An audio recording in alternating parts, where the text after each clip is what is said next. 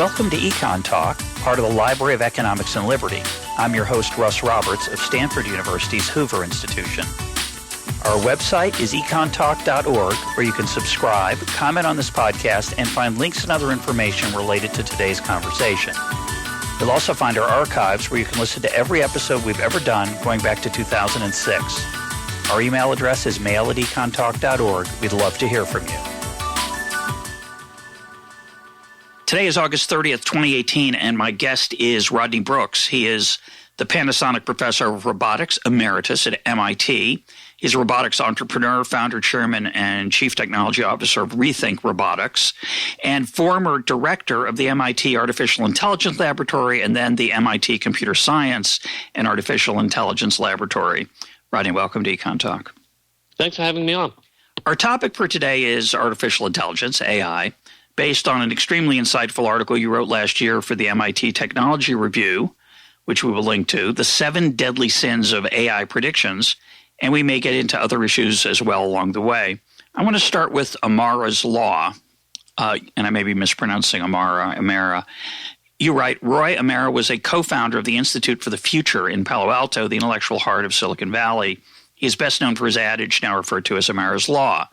We tend to overestimate the effect of a technology in the short run and underestimate the effect in the long run. Explain. Yes, when we see some new technology, it's very surprising to us, and we immediately think of how it's going to be used, and we tend to think that it's going to be quite fantastic. But in the long run, we sort of discount how much it's going to change the world. And I think computers are the prime example of that. If you go back to the late 50s and early 60s and look at movies that mention computers, they were all-powerful, going to do everything, but they were mainframes. They were these, they were built using vacuum tubes. They had the computing power of what you would find in a birthday card that plays a tune when you open it. Incredibly tiny amount of computer power compared to anything in our lives today. And people were afraid that they were going to take away every job instantly. The desk set with Katharine Hepburn and Spencer Tracy was about how they were going to replace librarians in companies, because companies used to have, pre the days of Google, they had librarians who would find out stuff for the executives. And that didn't happen right away. It took 50 years, but I think no one at that time thought that we were going to carry around the world's knowledge in our pockets, which is what we all do today with our smartphones. If you look at this original series of Star Trek, the episodes made in the 1960s, it was set 300 or 400 years in the future, but their estimation of what computers would be like in that future were grossly less than what they were even in the 1990s. There were still mainframes with flashing lights. And if you ask them a question like, what's the biggest prime number, smoke started pouring out of them. It was an impossible question. That's not at all what computers are going to be like in 300 or 400 years, because it's not what computers were like just 20 years ago. So they underestimated, the progress in 400 years they were thinking was way less than what actually happened in 20 years. So there's the underestimating the effect in the long run. And, I think of all the science fiction from the 1960s, perhaps 2001, A Space Odyssey was the most accurate in that, it had small screens, it had speech interfaces, the sorts of things that we now have. But most people completely underestimate the long term. And that's because, and this I assume is not just computers, they just assume that whatever we have now will just be a little bit better and better and better. They can't, of course, make the conceptual leap to a smartphone. It's just not going to, it's very hard to do. Yeah, and I think we see that, this overestimation in the short term, underestimating the long term now with self-driving cars. People, were thinking that we were just going to have plop-in replacements for cars with drivers in them, and that we were going to have driverless cars by, many estimates were saying 2018, 2019, 2020. Any minute. Any minute. And, I think it's going to not be like that at all. We see incredible problems with trying to deploy actual driverless cars. Just this last week, there was a story, driverless cars are here, they're in Tokyo now. And then when you read the details, It's a driverless taxi that makes 4 round trips per day on exactly the same route. Oh, and there's a person in the driver's seat just in case. Yeah. That's hardly a replacement of a Tokyo taxi driver. But in the long run, just as cars totally transformed our cities and our countryside, I think driverless cars will transform our cities again. They won't look like what they look like today with driverless cars. And we can't imagine exactly what it will be. But the way we'll get there is we'll start having special areas dedicated to driverless cars where the laws are somewhat different from where we have cars with drivers. And over time, they will take over and restructure our cities in some way yet to be determined. Let's talk about that for 1 second, just because it's an issue that's come up many times on the program. I had an episode with Benedict Evans where we mused about how what those transformations might be. And of course, as you point out, I'm sure we're going to get that wrong. We're going to misunderstand what's coming. But I'm curious what you think the mix of challenges are for driverless cars. You could argue there's 3 challenges. One challenge is technology, which is advancing slowly but steadily as cars without drivers drive along and map out streets, and algorithms try to learn to deal with surprises. The second challenge, you could argue, is regulatory. Are the politicians and bureaucrats going to allow this to happen? And are they going to have potentially create the infrastructure that will make them succeed if that's necessary? And I think it might be. You have to deal with the fact that there might be a world for a long time where there's some driverless cars and some not, and how those are going to interface in the regulatory environment. We're going to ban driver cars because they're too dangerous. Are we going to let that persist? All those regulatory issues. And of course, there'll be people like the taxi cab business and the trucking business that will have a stake in keeping the status quo. And then the third issue I'd say is cultural, just the idea of people getting into a vehicle that doesn't have a driver, and the norms that will have to evolve and change to deal with that. Of those 3 challenges, which do you see as the biggest? Or do you feel that they're all going to be solved? They will be, but not in the plop-in replacement form. Let me go to your third challenge there and relate it to the second challenge, the cultural norms. When you pick up get a Lyft or an Uber today, generally the Uber or Lyft either double parks to let you in, or pulls into a bus zone or somewhere that it's not legally supposed to be, and then there's a social interchange between you and the driver. I always say hi, their name, because I've got that from the app, and I'm my name, so they can confirm that I'm the right person getting in the car, because a few times I've gotten in the wrong car, which hasn't been good. And so there's that interchange. And then as we're driving, I may change my mind or whatever. Now imagine, that in the future, a mother or father wants to put their kid in a driverless car to take him to soccer practice. And it's a 12-year-old kid, you know. You can imagine letting that happen. Well, now this car's driving along and it gets stuck somewhere, stuck, and it needs some help. Is the kid allowed to tell the car what to do or change what's going on? If the kid is doing that, is the kid now, in scare quotes, driving the car? What's the regulatory environment for that?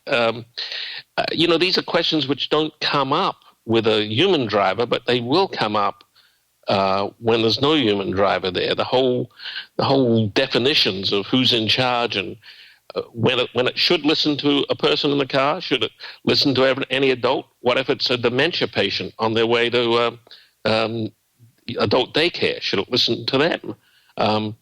Lots and lots of edge cases which are just going to take a long time to get solved, and there's going to be horrible, incidents along the way which are going to really be blown up in the press. Yep. And it's not going to be smooth sailing. And I'm not being a pessimist. I'm just trying to be a realist that these things are tricky. Agreed. So we're overestimating the effect in the short term. In the short term, in that case, because we think it's going to be any day now. And then we're underestimating in the long run because we don't really appreciate how it's going to be transformative.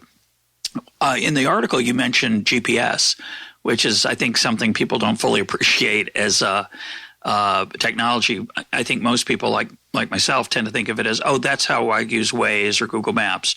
But as you point out, it was incredibly underestimated. So talk about that. Yeah, it almost got killed many, many times when it was being developed for the U.S. military. People didn't think it was going to be good enough to essentially use for targeting bombs and other sorts of military equipment. But now it is so completely intertwined with our infrastructure that if GPS goes down, we are going to have some months at least of serious disruption to our country.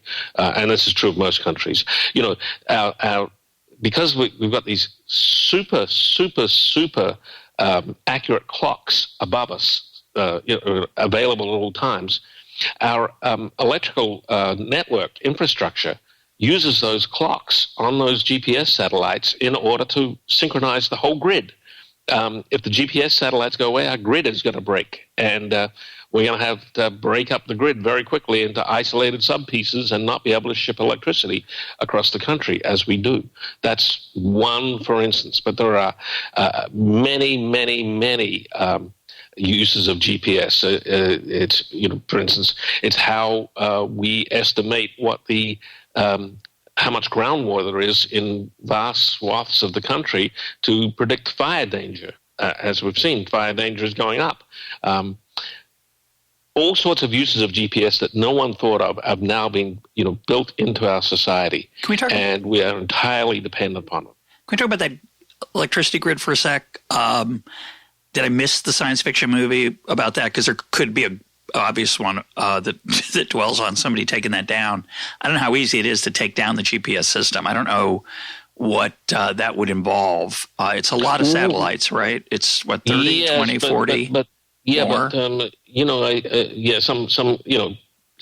Some tens, less than 100. I can't remember the exact number. If one of them goes, are we in trouble? Or does it, we no, if one of them goes, we're not. But what if some adversary, that's what I'm thinking. Probably a non-state actor. I don't think state actors would have it in their interest to do it for their own sake. But a non-state actor gets something up there and blows one up, and the in the orbital planes they're in just fills that orbital plane, which is a sphere actually, with debris, and they all start conking out as they hit the debris. That's going to be bad. Do we have a backup? Well, many of the systems are now using, multiple, because there's more than one. The Russians have their own system, and the Europeans are building their system. And so some of the chips will use multiple sources when available. But, they could all go down. And by the way, GPS doesn't just run. GPS is operated out of Colorado Springs with a large... Don't tell anyone. This is well known. A large U.S. Air Force team. If they stopped work in about a week, your car GPS wouldn't know exactly what street it was on, and in 2 or 3 months, it would get the town wrong of where it is. That's how much adjustment needs to be done to keep everything in lockstep at the moment. So that's just a side note. It's just really interesting. And anything, but we totally underestimated how it was going to pervade our lives. Right, of course. That's the key point. Anything right now that's out there that you think is being underestimated in important ways? You mentioned driverless cars, but I think people have some idea what might happen there. Anything out there that, drones or nanotechnology or something you think is being underappreciated that you don't want to, that you can share because you've already bought the stock? Yeah, I tend to think that, and you can see sort of mega trends driving this. I tend to think that indoor farming is going to be much bigger than people imagine right now. People are still thinking that farming is going to work like it's always worked for the last 10,000 years. And my characterization of the last 10,000 years of farming is you go outside, you put some seeds down, you watch the weather, you complain about the weather, and then ultimately you harvest the crop. You're lucky. for a number of reasons, that's problematic. Climate change is one of them. Where certain crops grow is going to grow well is going to change as climate, upends things. The other is that it's expensive. If you look at meat production, that's a major contributor to CO2. I just saw a thing recently that there are the volume of carbon in livestock, just as a measure. The volume of carbon in livestock in the world is 1.6 times the volume of carbon in humans, and humans have 9 times the volume of carbon of all other mammals, which is incredible. We've upended the balance so much, and meat production is at the top. We can't continue that. So, we're starting to see synthetic meat companies, starting to see them on menus. Yep. Synthetic meat. I think we're going to have a transformation in our whole food supply system over the next 50 years. Indoor farming and synthetic meat. So I think people aren't seeing that as much as they might. Cool. Let's move on to the next argument we make, which is utterly fascinating to me, which is the dangers of treating technology as magical, which is, I love it because it's ironic. We all think of technology as the opposite of magical. Magical is stuff we can't explain, and technology is this mathematical, engineering, analytical set of techniques that's the opposite of magic. But you say people often misperceive it as magical.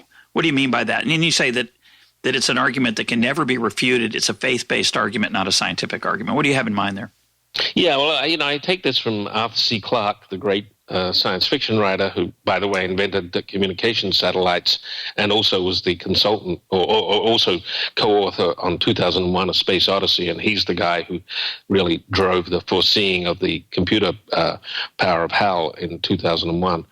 But he's got this. He has 3 laws, and his third law is any sufficiently advanced technology is indistinguishable from magic. And the argument there is that if it's a sufficiently advanced technology, you can't tell what its limits are. And I got to thinking about this because I would have debates with pundits who were saying, we're going to have super intelligence any minute now. It's going to destroy the world, it's going to do this and it's going to do that, and I'd try and argue against it, and they'd tell me, but you don't understand how powerful it's going to be. Well, how do those pundits know how powerful it's going to be? So I as an example, I thought, well, what if we had time travel and we could bring Isaac Newton back from the past, in the late 17th century, and transport him to today in, say, Trinity College Chapel at the University of Cambridge. Trinity College Chapel had been around for 100 years when he was at Cambridge. So we'd transport him into Trinity College Chapel of today, and it would look much the same. We'd probably turn off the electric light and just have a few candles around. He'd be very comfortable. He'd feel right at home. He'd feel comfortable. It's, and then you pull out an apple, and it's the apple being an iPhone this time.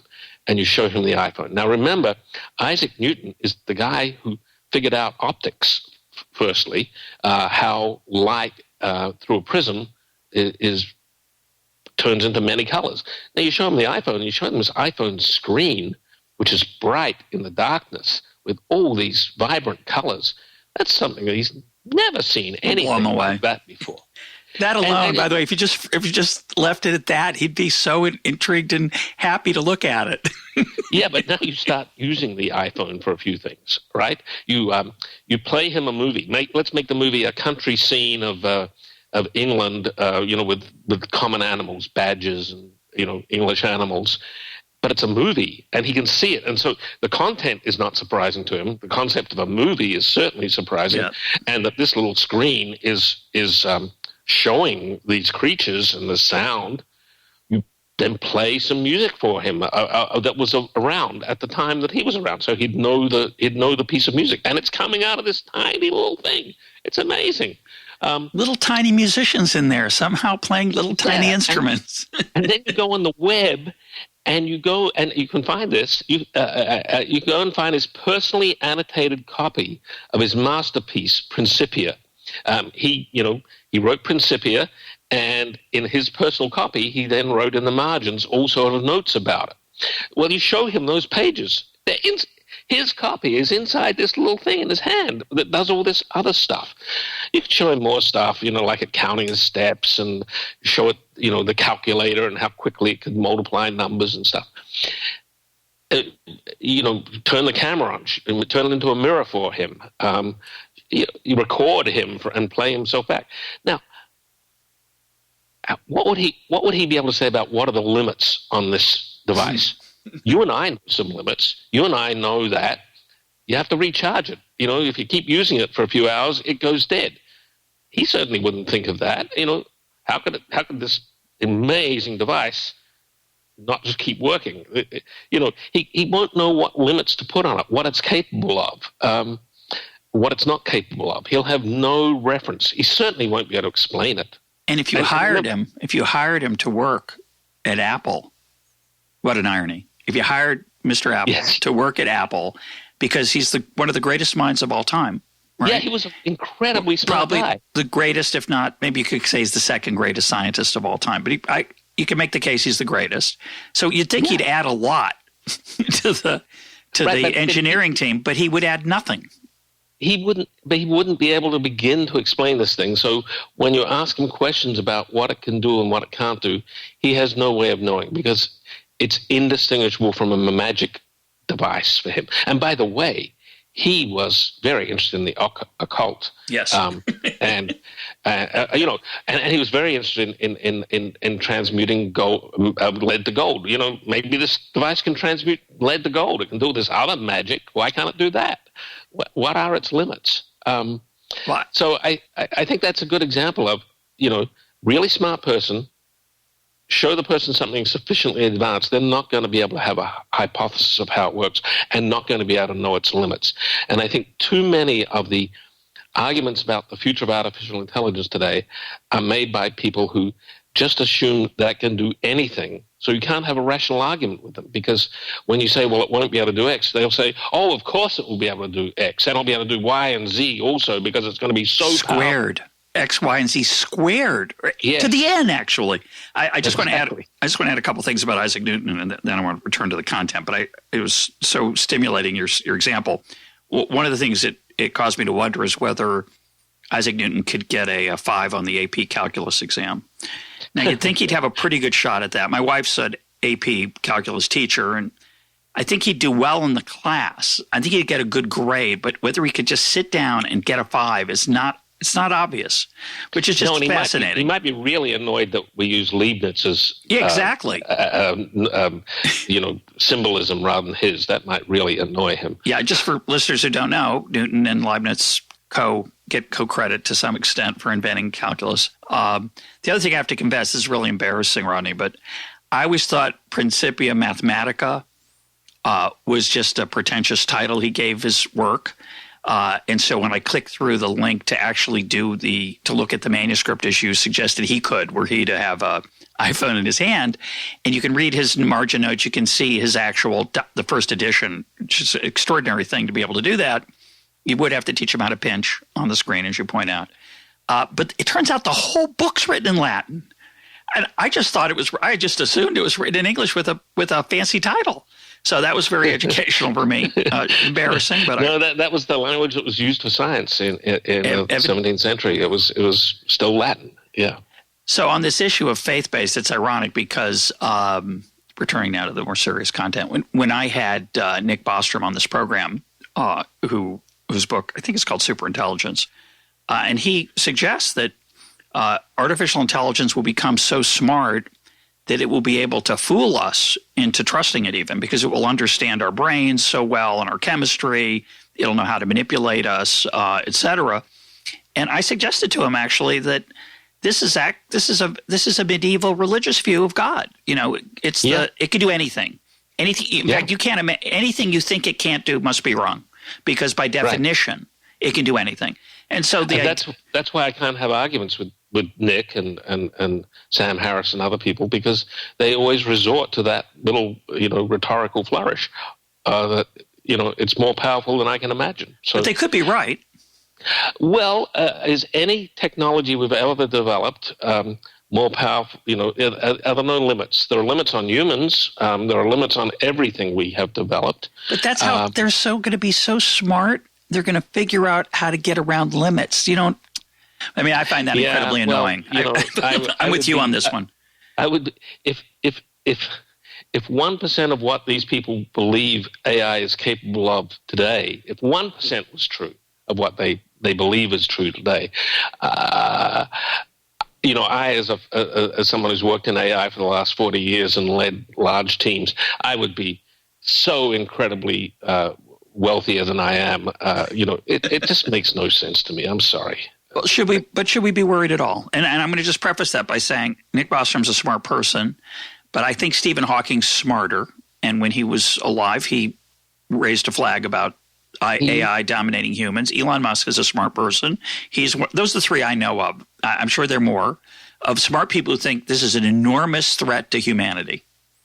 Yeah, well, first, on Nick, you should go and look at his general work, because his whole work is about how everything is a threat to humanity, and AI is just one of the 20 things that he believes is a threat to humanity. He's worried about us searching for extraterrestrial life, because then it will come and kill us all.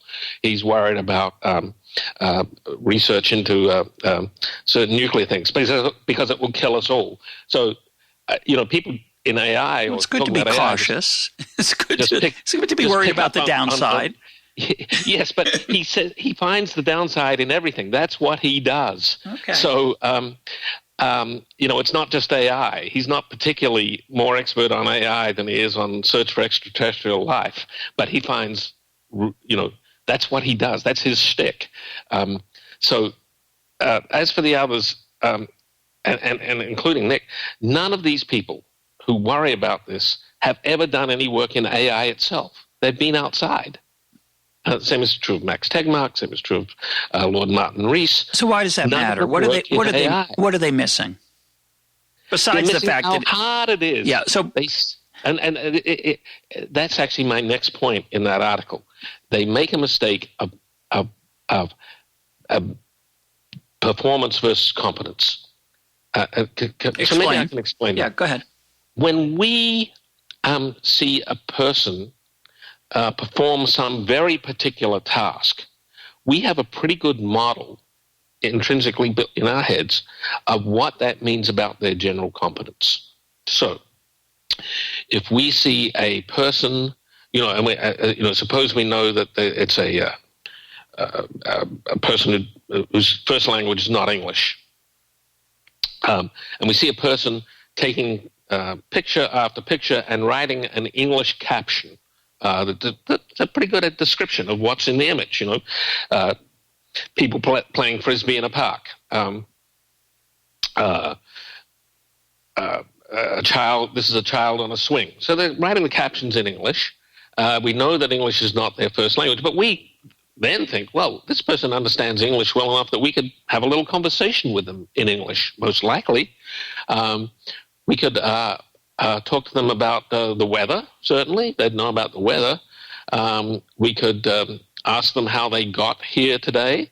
We could look at that picture of the kids playing frisbee in the park and say, how big is a frisbee? And, we might expect them to answer in metric. It's about 30 centimeters in diameter.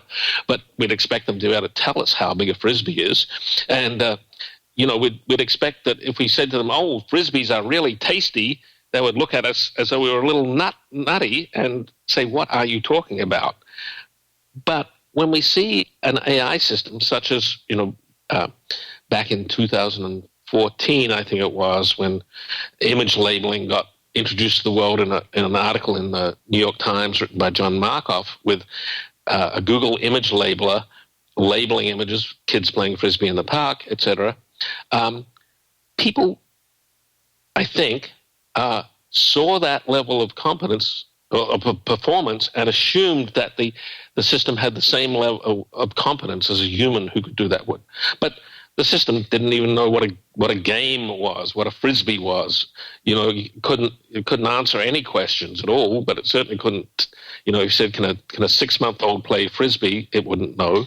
Can a person throw a frisbee 3 miles? It wouldn't know. So I think people make that mistake, and I think these pundits have seen performance and mistake it for competence. And the AI systems we have today are only very, very narrow performance. And the analog here would be the driverless cars that are, I forget which guest it was, I apologize to that person, but somebody pointed out in the program that they're not really driving. They're more like a train. They have a fixed track they kind of stay on. They can't really deal with surprises, anything remotely like a human driver is doing. They're not mimicking what a human does when a human drives a car. That's the most important point.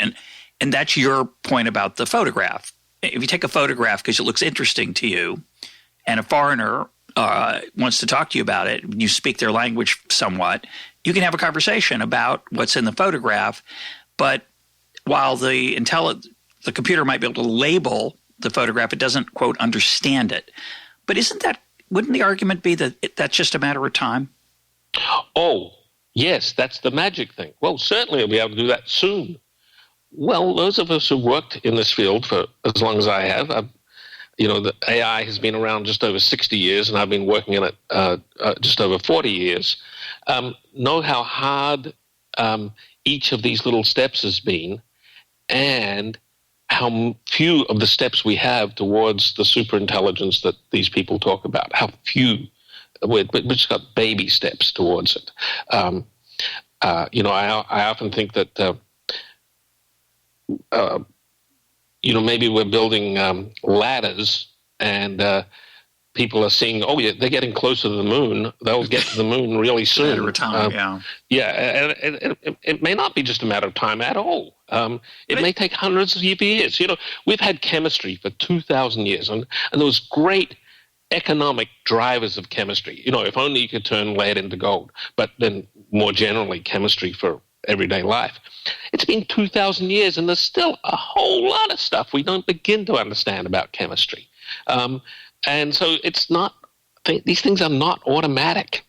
Don't disillusion me, Rodney. I thought we had chemistry figured out. My son's a chemist. I'm going to tell him that he's in trouble. We've got some things figured out, but there's a whole lot. Yeah, we're going to have research in chemistry for a long, long time still. But I think the reason for that, some of that over-optimism, or I would call it inevitability, which, like you, I'm a little bit skeptical about. It remains to be seen. But some of that inevitability comes from the skeptics who scoffed at the early days of AI and then were forced to recant. So, they'll never recognize faces. A computer will never be able to recognize a face. A computer will never be able to play chess well. It's amazing, yes, that it can play chess. I don't think early AI said either of those things. A computer will never beat a human being in Go. I mean, Go is way too complicated. No. What was said was using brute force search will never beat a person in Go, whether it's brute force search works in chess. And in fact, AlphaZero, AlphaGo, don't use just brute force search. They use other techniques. So I don't see, we didn't know when it would happen, but we were correct in saying, at least so far correct in saying brute force search is not going to get you there. AlphaGo had to use other techniques. So no, I think that statement is just wrong. But I think the more important point, which is what I take to be your point, and it's the point that I, as an economist, am drawn to, is that it's not happening tomorrow. Tomorrow's not going to be this quantum leap where a computer can not only solve a problem you give to it, but can figure out how to solve problems that you haven't given to it. It'll teach itself. It'll learn, not just in the sense of accumulating examples and algorithms and search paths and branches of a decision tree, but will understand how to – I mean, I find it absurd, but it'll eventually decide – it'll be wise. It'll understand trade-offs and intuition. It'll have human capabilities, and then it'll use those capabilities to add even more. So even if, I don't think that's going to happen, but if I'm wrong, it's not going to happen tomorrow. It's not going to happen in a week. it won't even happen suddenly. And the point I understand you making, and correct me if I'm wrong, and maybe I read it somewhere else, but I thought you were saying that as these things take time, we'll understand how to adapt and deal with them as human beings. Yeah, if we want to continue through my 7 deadly sins, the very next one is suitcase words. And you just said, your understanding was the computers would be able to learn how to do these things. Well, learn is a great suitcase word. Suitcase word is something that Marvin Minsky, one of the founders of AI, came up with, where it's a word that has so many different meanings packed into it. So, we say learn, you learn how to walk. You learn how to ride a bike. You learn a new language. You learn your way around a new city. You learn ancient Latin. You learn calculus. But all these learnings are done in very different ways. So that word learn means so many different sorts of techniques. Now, when someone in an AI system gets it to learn something new, they may put, learning in the title of their paper, but these days, more likely, the press office of the university, which is always looking to hype up what that university is doing, is going to put out a little press release about, our scientists at XYZ University have just made a breakthrough, and they have computers learning or of some sort. They use the suitcase word. We've seen a lot in the last year about the computers deceiving, computers cheating, computers this. But in each of those cases, they use that word to describe, reasonably the thing it is doing, but then packed around that is all the other uses of that word are not even begun to be looked at, and it's a very brittle version of that word. And so these suitcase words lead people astray. We've seen what's called deep learning.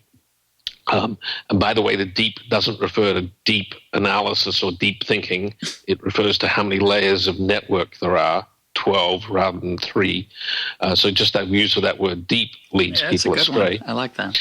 So we see systems learning to parse out phonemes, which is why we now have the Amazon Echo and Google at Home able to understand our speech, at least when I say understand, it sort of take dictation and turn the speech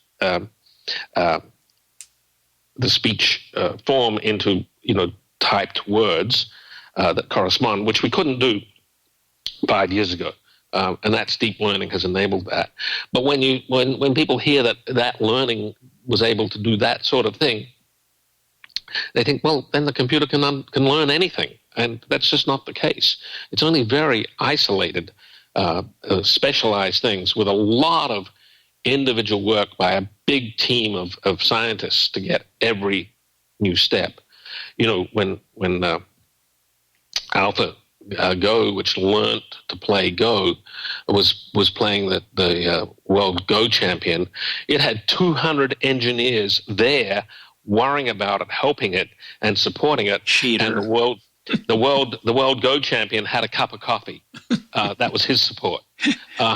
So it's not the same sort of stuff. But I think I agree with that. But I think the deeper point, which I love, and I love that idea of a suitcase word, and I assume it's called that because you don't know quite what's in it. It's right. A bit of a mystery. So many things into it. But what I think is deep there is we probably won't get to it today, but you have another article about consciousness and what robots actually perceive. And also relating to your earlier point, we anthropomorphize, we bring our human understandings inevitably to these new technologies.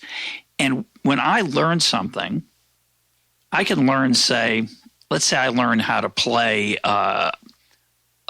a piece on the piano with one finger playing the melody because I've learned how tablature and staff notation corresponds to a keyboard.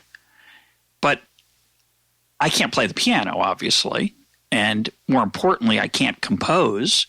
And even more importantly than that, I can't fill my soul and heart and mind, whatever you want to call it, with emotion. I'm not flooded with emotion the way I would be if I could play something even fairly simple like Moonlight Sonata on my own.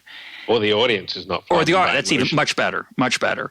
And yet we assume that when a computer, quote, learns how to play the piano, we inevitably place on it these human the way I make a distinction between learning and understanding.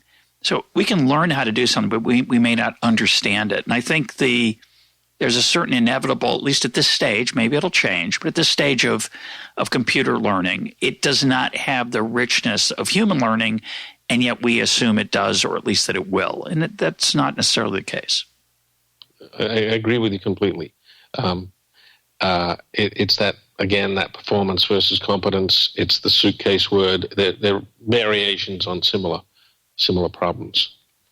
Another thing that these pundits say, it's just going to get faster and faster. I think we've gotten trapped by the last 50 years of Moore's Law into thinking that everything is exponential. And, because we've had exponential growth in computer power, which ironically has led to improvements in AI without any further thinking. Alan Turing had the essential ideas of how a computer plays chess back in the 1940s, but he had to simulate it on computers. Mac Hack, a program from MIT in 1965, embodied those ideas in a computer program, but it was easily beaten by people. And really, there weren't any particular new innovations through the 1990s when Deep Blue beat Garry Kasparov.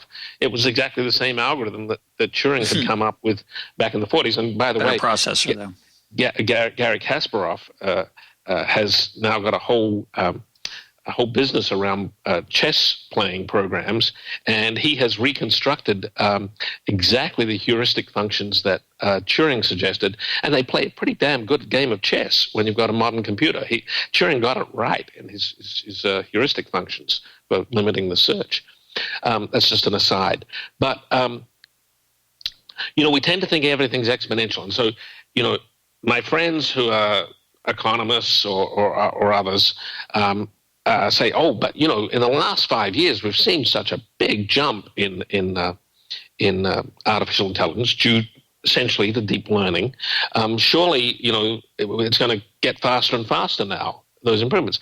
But what they don't realize is that the main technical ideas of these algorithms, deep learning, were around in the 1980s.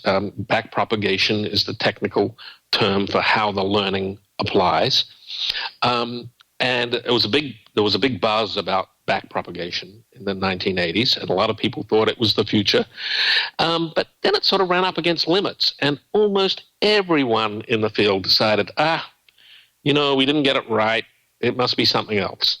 And there was just a couple of people, Jeff Hinton at University of Toronto and Jan LeCun, who was variously at Bell Labs, University of Toronto, NYU, who kept pushing on it. And, us in AI would think, those guys, they're just pushing away, they're lost. But there were three little innovations. One was more computer power. One was a better mathematical form of a function that's used in the networks to relate the output to the input, which meant that technically you could figure out the derivative on the inputs by just looking at the output, which was a smart thing to do. And the third one was something called clamping, where you pre-structure a deep network with 12 layers rather than 3 into little segments of 3 layers by pre-digesting what the concepts are going to be by getting it to reproduce its input as its output, and then you let the learning go. With those three things, suddenly in 2008, this backpropagation learning started to work a whole lot better, and in a mere 10 years, it's now become the dominant approach to machine learning. 10 years after the 20 years of pre-work on it. So it didn't just happen. There was a lot of work to get there. But there were maybe 100 similar things back in the 80s that people decided weren't going to work. And when people ask me, well, how come you didn't know deep learning was coming? Well, we couldn't tell it from the other 99. This one popped. Maybe one of those others is going to pop someday, and we'll see some great new applications. But we don't know which one it will be. I'm pretty sure that a few years from now, something else will be the hottest flavor in AI. I don't know what it's going to be, but I'm pretty sure that there have already been a lot of research papers written about it. But we just don't know which of the thousands and thousands of ideas are out there are the ones that are going to work out for particular, rather narrow capabilities. Well, an analogy is I think about human longevity. It just was an assumption that we're just going to live longer and longer, and then eventually we'll just have a breakthrough and we'll live to 200, which could happen again. Obviously, it could. Or it's just a matter of time before we cure cancer. It's just a matter of time because we made so much progress in the early days of pharmaceuticals, and amazing things have happened over the last 50 years. But it's not like Moore's law. It's not like every year lifespan doubles because we figured out better and better ways to keep people alive. It's a much trickier problem. And in fact, most exponentials are not exponentials forever. Facebook was exponentially growing for a while, and it's sort of used up everyone in the world now. So it can't exponentially grow. Going to bars any day now. Yeah.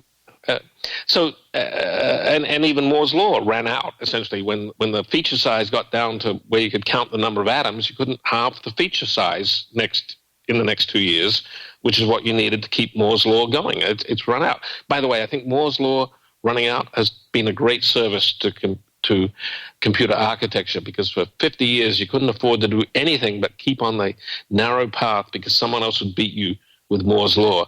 Now that you no longer have Moore's law, we're seeing a flourishing of computer architecture for the first time in 50 years. And GPUs applied to deep learning are an example of that. Let's talk about what you call Hollywood scenarios, which I liked it just for aesthetic reasons.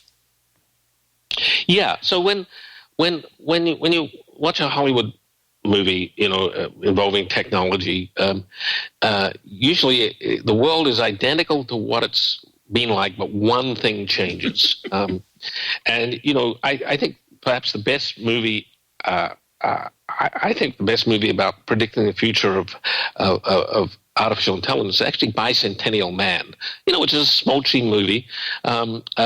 It starred Robin Williams as an intelligent robot. But the thing I love is this family has this intelligent robot that can talk, it can, cook breakfast, it can drive, it can do everything. And there it is in the kitchen at breakfast time. The mother is doing some of the cooking. The robot is doing some of the cooking. So, just like the world out there. And what are the kids and the father doing? The father is reading a physical newspaper. The kids are reading, physical pieces of paper. These days the kids are on iPhones or iPads, and I certainly never read a physical newspaper. I subscribe to lots of newspapers, but I read them all online. So it was the world exactly as it is with one change, but that's not how the world really works. Lots of things change along the way. And so as we get these new AI systems, they get embedded in a world which has changed as part of it. So this idea that, we're going to wake up to an evil superintelligent system, to me is nutty, because before we get to that, we're going to have, really, nasty AI systems. And before that, we'll have grumpy AI systems, who don't really like people. And before that, we'll just have disdainful AI systems. And we'll change the world. We won't, let it go that way. It's, a great example is, of a Hollywood movie is, the lone inventor who suddenly comes up with a device that can shrink people down to the size of ants, I liken it to, the guy tinkering in the backyard, and he comes in and he says to his wife, because it's always the man tinkering and the wife, long-suffering wife. He says, Martha, I accidentally built a 747 in the backyard. It doesn't happen that way. It's not just this one thing changes. You have to change a whole structure. And so I think that's how, it has happened right now about self-driving cars. People thought it's going to be just the same as today, except the Ubers and Lyfts are not going to have drivers. Yeah. And that's what's about to happen. No, it's much more complicated than that. Now, my favorite example, your example of Bicentennial Man reminded me of, this always drives me nuts in movies. I don't know if it offends you when you see it or you just laugh, but in Avengers Infinity War, the latest Avengers movie, which I found extremely disappointing, there's these hordes of armies fighting hand-to-hand combat, like they're at the in medieval times, jousting with lances on horses. It's not going to. Just don't think it's going to be that way, but it makes for a good screen filled with stuff. I want to turn. Your last point. Why don't we get to your last point, which was deployment time? Do you want to say anything about that? Yeah, people sort of think that because the technology is there, it's going to be deployed very soon. But deployment, especially when there's capital costs involved, takes a lot longer. We're used to Google and Facebook rolling out new features because their marginal cost for a new feature is zero. Because every time you use Google or Facebook, you download all the code into your browser anyway. So putting some new feature in, well, the next time you download all the code into your browser, it's just a different version of the code. But if it's a physical upgrade to something, it takes a lot longer. And one of my favorite examples is the B-52. They were built mostly in 1962. They're still one of the mainstays. It's an airplane. The B-52 is the bomber. Yes. Yeah. The B-52 is a U.S. Air Force bomber. It's still used in missions today. We often see them, flying in Europe or flying elsewhere where there's something going on.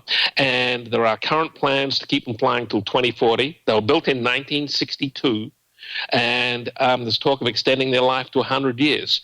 Now, if the Air Force is using 100-year-old airplanes, that says something about how long it takes to change things. They've changed the avionics, they've changed all sorts of stuff, but it just takes a long time to change things over.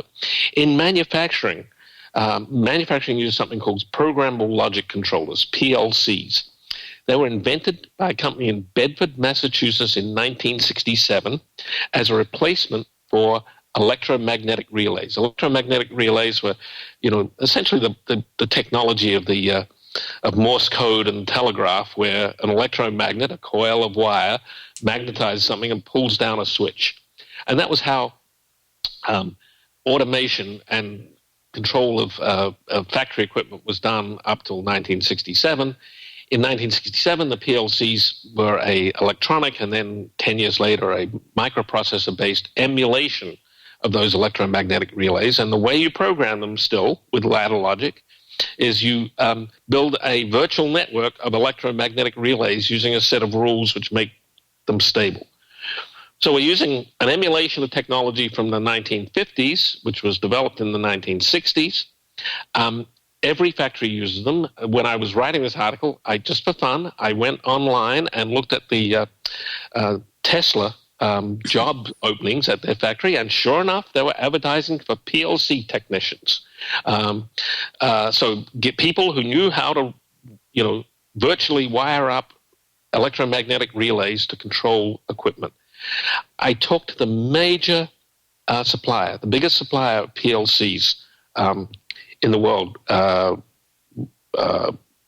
last summer, it was, and asked them how often they upgraded their software, and they said, we aim to do 3 upgrades every 20 years.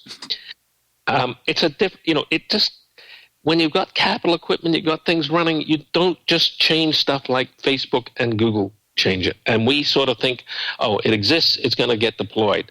No, it takes forever to deploy it for good reason. You've got this system running that has to keep running. You can't afford failure, whereas you can afford failure on your Facebook page or on your Google search. You can't tell the difference because a person is in the loop. When no people are in the loop, it's got to work. So it just takes forever to deploy stuff. And I call them tech bros, think, well, they're the stupid people. We know how to do it better. And I am reminded of a tweet Elon Musk put out not too long ago saying, it's my fault we overestimated how easy it was going to be to automate the whole factory. And he took the blame for thinking that it was, he was smarter and it was going to be easy to do it. It's not easy to do it in these real systems. Deployment where physical stuff is involved takes a long, long time. Our houses last for hundreds of years. Even our driver-full cars that we buy today are going to be around in another 20 years. People aren't going to want to give up that asset that they just spent a lot of money on today. So changeover is going to take quite a while.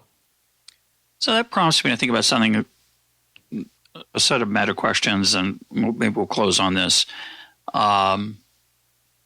So much of, I was prompted by your remark about that it replicated the previous coil technology, the PCL or PLC? PLC replicated it.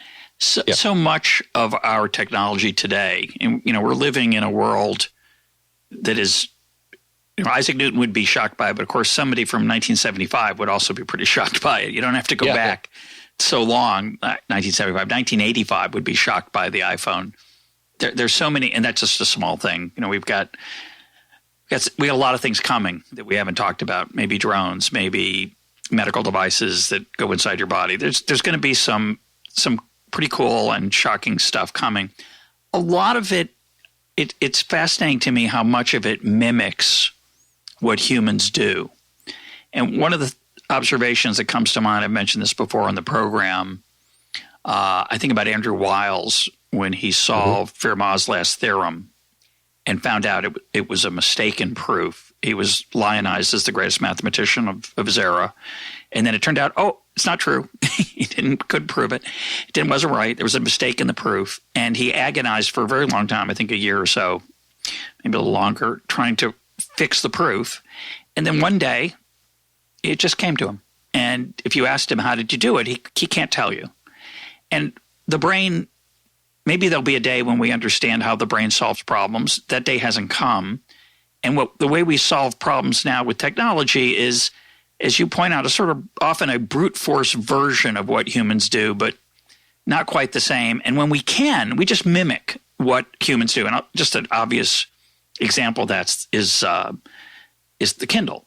The Kindle is just a book in silicon. It's not a new technology. It's just words on a page. We have some recorded things as well, but we have the desktop. We have all these things that redo in better, faster, more reliable, sometimes less reliable because the machine crashes, things that we did with a pencil and a paper. And I wonder if that's a lack of imagination. Is that going to change with AI at some point? Does this make any sense, or do you have any thoughts on it? I think it gets back to if you go back to George Lakoff, who's actually had a little resurgence recently. Lord George Lakoff and Mark Johnson talked about 40 years ago about the metaphors we live by. Much of our language is based on physical metaphor for how our bodies move around, the flow of time, how we tackle a problem. Tackle a problem, you grab them. Everything in our language is based really on metaphors that are our physicalness in the world. And I think we're really good at using those physical metaphors, and that's what permeates our computers and our systems. But our brains and our nervous systems are not built on those same physical metaphors. And when we try to use physical metaphors and things get really complex, it breaks down. I think quantum mechanics is a great example of that. People want to, is it a wave or is it a particle? That's the two things they understand. No, it's an abstract algebra. But stop trying to force it into this physical metaphor of what you understand from your everyday experience. And it's very hard for us humans to do that, which is why quantum mechanics remains this great mystery. So yes, I think we're very limited as human beings, and that's another reason that You would be immensely surprised if you were at the beach and a robot dolphin came out of the water functioning like an actual dolphin, and then if it let you know that it had been built by actual dolphins in the out to sea. Well, maybe us humans are just like that. We can't build these AI systems. Maybe some aliens would come and, oh, look at those silly little people, at MIT. They think they're going to build something as intelligent themselves. They're not smart enough. The same way we think about dolphins. Dolphins are not dexterous enough. They're not smart enough. Maybe we're not as smart as we like to think we are, and I think that's true of many people. We're not as smart as we like to think we are. Well, I think so much of it is that linearity that we presume, right? It just when you say that, which I think is, I think it's a profound insight into human limitation. But a lot of people in the field, you're unusual. A lot of people in the field that I run into and talk to casually, and when I'm out in Palo Alto in the summers at Stanford, have a utopian confidence that the future is imminent. And if you press them as to why, they would say, well, look how far we've come. And I often think of the Nassim Taleb proverb from Venice, the Venetian proverb he likes to quote, which I've mentioned recently, the farther from shore, the deeper the ocean. And I think it's a question is how deep is that ocean? What are the limitations, if any? What I'm kind of dancing around here, not very effectively, is that I don't think it's a coincidence that so many of our technologies mimic primitive technologies. One reason is that they're culturally understandable and acceptable. Those metaphors you're talking about, they're deeply embedded in us in all kinds of ways we probably don't fully appreciate. But maybe that's a big deal, not just a small deal. I look at my kids. I gave my dad an MP3. My dad's 88. When he was about 78, I gave him an MP3 player preloaded with EconTalk episodes so he could hear what I was up to. And I mailed it to him, and he called me, and I said, Dad, how's it going? He said, well, I can't turn it on. And it came with a manual, really horrible, one of those tiny folded up thin paper manuals for cheap MP3 player. And he couldn't read the manual because nobody really reads the manual. They don't make any attempt to make it work well. But of course, I bought one for myself, the same model, because I knew this could happen. And I handed it to my 7-year-old kid, and I said, turn this on without the manual, of course. And the kid, he got it on in about 20 seconds by poking around and pushing things. And my dad just didn't have that skill set. And so you wonder, as people grow up in worlds of modern technology with new advanced stuff, maybe the metaphors will change and they'll be able to adapt to new things in a way that we oldsters couldn't and can't? Or is it just something about being human and the way our brains work and the way we perceive the physical world that's inevitably part of it? Yeah, I think you're right there, but there's two separate things going on. One is we use these physical metaphors for everything because it's what we're sort of wired to understand. The other is technological adoption. If you take a smartphone today and you could, get someone from 30 years ago and hand it to them, they wouldn't have a clue how to use it. The reason smartphones worked when they came along in, I think it was 2007, the reason they worked was people had gotten used to the idea of a touchscreen because touchscreens had started to show up in big touchscreens where you selected a few things. Had started to show up in various ATMs and airports and etc. But there were no touchscreens in the 1980s. I first saw my very first touchscreen, I think, at Carnegie Mellon University in a research lab in 1988. So, things build upon stuff that is there. The new thing that we had to learn on touchscreens was the pinch and expand thing. Sophisticated now.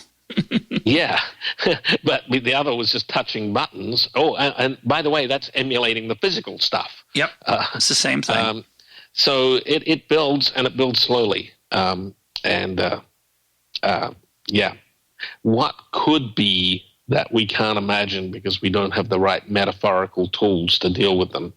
And so if we ever were to meet up with another intelligent race from some other planet, I imagine their technology would be indistinguishable from magic to us, and our technology might be indistinguishable from magic to them because it would just be different in the way we thought about things. My guest today has been Rodney Brooks. Rodney, thanks for being part of EconTalk. Thanks so much.